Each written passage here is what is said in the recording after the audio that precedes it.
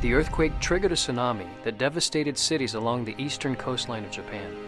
1 year later, published reports indicate that over 15,000 people died, and over 3,000 are still missing. In cooperation with local authorities, Jehovah's Witnesses arranged to help meet the immediate needs of their fellow worshippers and other victims by establishing 3 main relief centers and 21 warehouses and relay stations to distribute supplies. Donations were received from fellow witnesses from around the world to support a long-term rebuilding effort. In just 2 months' time, 250 tons of supplies were distributed to victims.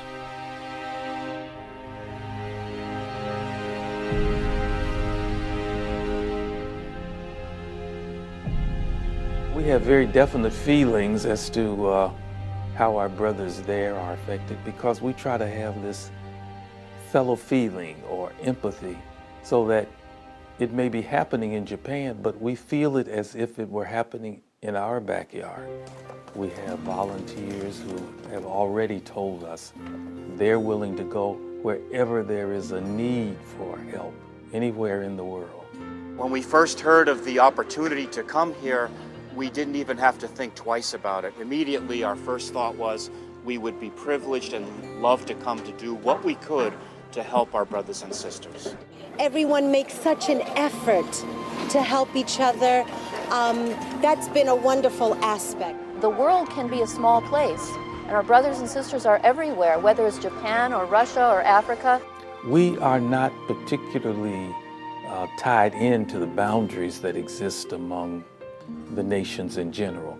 We view this as one globe and one brotherhood, and wherever there is a need for help, then we give the assistance that's needed right there in that community. First, they came and repaired the walls, and then gave us all the necessary electrical appliances. Our 2 cars were submerged in the flood as well, and we could no longer use them. So they supplied us with a car. Ayadoi lost her mother and her grandfather during the disaster. They didn't just bring the necessary aid, they really listened to my story. The relief work of Jehovah's Witnesses has a personal focus. They truly show concern for each person. Residents were often surprised to see fully furnished buildings rise from the rubble in a matter of weeks. Those are our brothers and sisters, and that's not just a title we give each other. That's how we feel from the heart.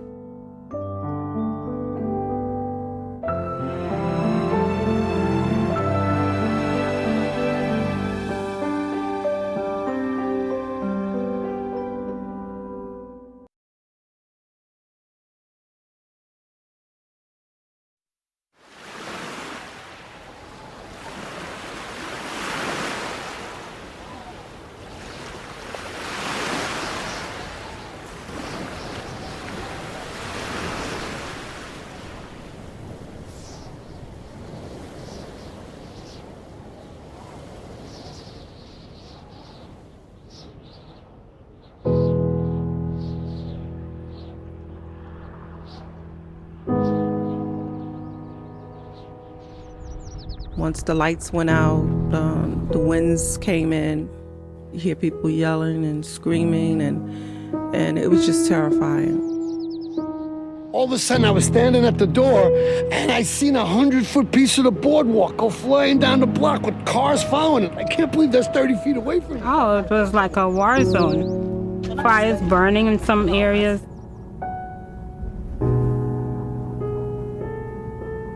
My house got about 3.5 to 4 feet of water. Everything that we own is out sitting in the front yard.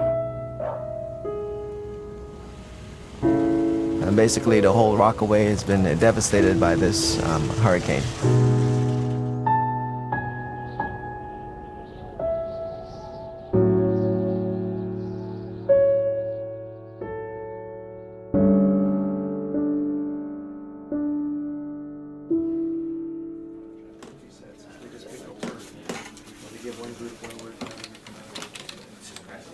The hurricane is right now off the coast. It hasn't arrived yet.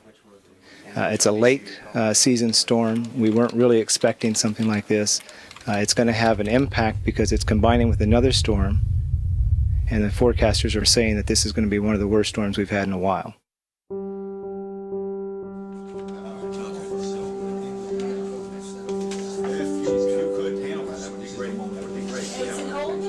Just before the disaster hit, there was a message that went out through the circuit overseers to all the bodies of elders.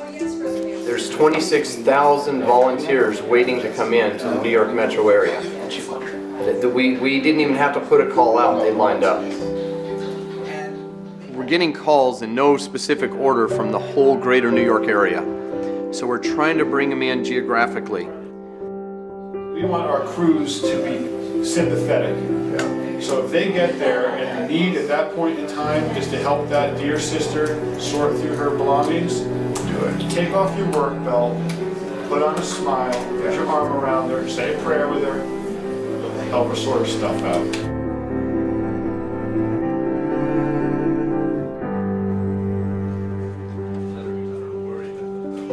The challenge is when we have a disaster, it's overwhelming for everyone. The regional building committee that's local, the elders locally, so they need assistance. Now what we'll need is volunteers for just to help move, so some strong brothers.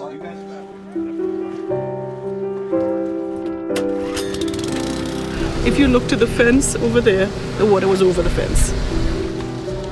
Everything is being taken out of my home. What's wet is on one side, what's dry is on one side. They've been very, very protective of certain things. I hear them shouting fragile on one end, you know, delicate on one end. The brothers have been wonderful. They've been here from the very beginning. They came to check everything. Our whole organization will be working very diligently to try to take care of the needs of our brothers and sisters, both physically and spiritually. You know, as we flew over the disaster area we saw today, I was really touched. My heart was bleeding for the people that we saw.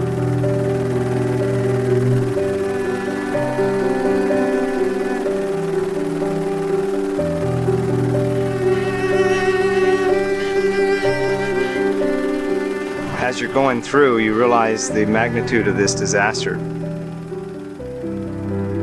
We're just happy that we were able to escape with our lives in this tragedy. Immediately after this, the storm had passed, the brothers were trying to reach out to us, trying to find out how we were doing.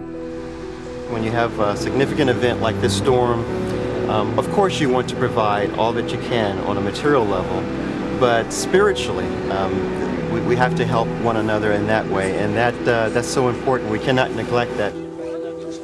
It's a brotherhood, you know, you feel that they care, they really wanted to concern about our welfare. A circus overseer, Brother Parker, he came by and he read us the scripture and he prayed. All the families in the Rockaways that are affected by this, they are also appreciative of what's being done by the organization. We're still overwhelmed and dazed. I don't think we've come out of that dazed period of what hit us. Dining room, the whole house, bedrooms. There were a lot of friends in our congregation that we're very close to that were affected, along with our family. We had our meeting on Sunday for the congregation, and when we got there, there was such a spirit of love and unity, and you just felt like this is Jehovah's organization.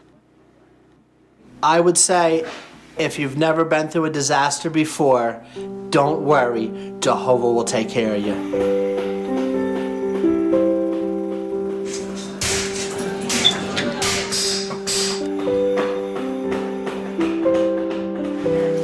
All of a sudden, I get a phone call saying, we're going to send some friends over to help you out.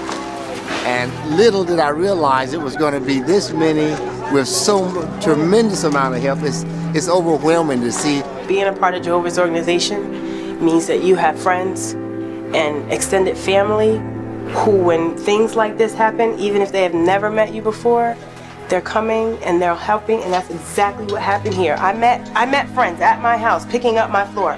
I met friends at my house carrying out bags full of wet insulation. And to see this come to place right before my eyes is very faith strengthening. Yeah. Even in these times, we can find something to be joyful about. The friends coming together so closely and just really showing each other the true love that is described in the Bible. Yes, we've lost a lot of things, but we've not lost that. We've not lost the brotherhood that Jehovah God has given to us.